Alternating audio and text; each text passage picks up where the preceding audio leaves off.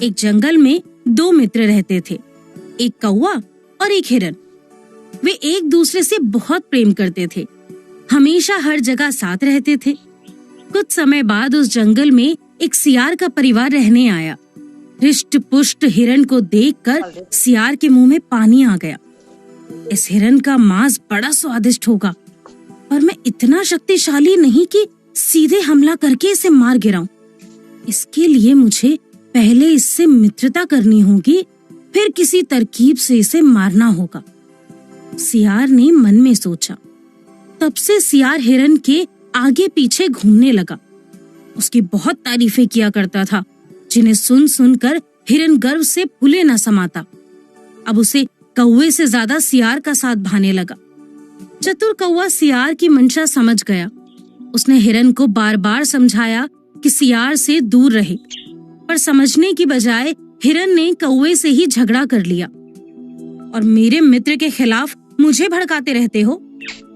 कौवा समझ गया कि जो मूर्ख प्रशंसा पाकर इठलाता हो, उसकी अक्ल पर पर्दा पड़ जाता है, इसलिए वो खामोश हो गया, पर मित्र का साथ नहीं छोड़ा।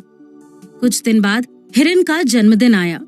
सियार ने सोचा यही सही समय है।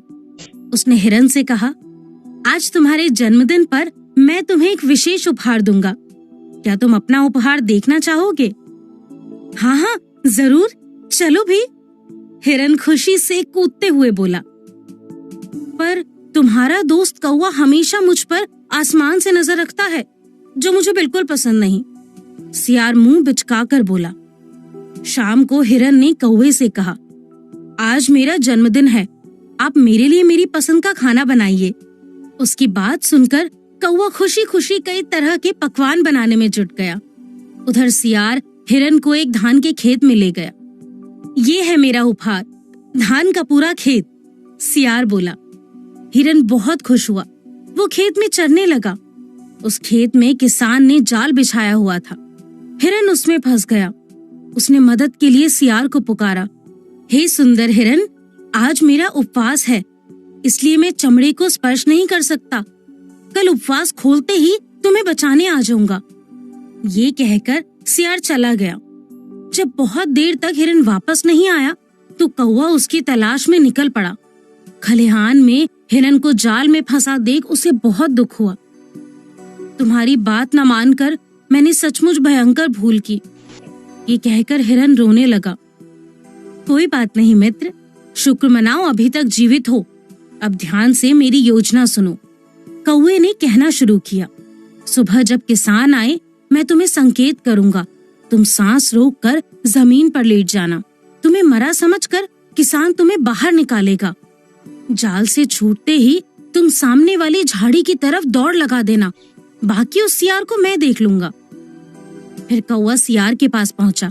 सियार घबराया कि ये कौवा अवश्य हिरन के बारे में पूछेगा, पर कौवे ने उससे कहा, सियार भाई, एक खुशखबरी है। हिरन किसान के जाल में फंसकर मर गया। अब हम दोनों मिलकर उसका स्वादिष्ट मांस खाएंगे। वाह वाह मित्र, मैं व्यर्थ ही तुमसे भयभीत रहता था। तुम भी मेरी ही तरह हो। चलो जल्दी चले। सियार मुंह पर जीभ फेर कर बोला, नहीं, अभी वहां जाना खतरनाक है। हम सवेरे चलेंगे। तुम मेरी बताई घनी झाड़ी में छिप जाना।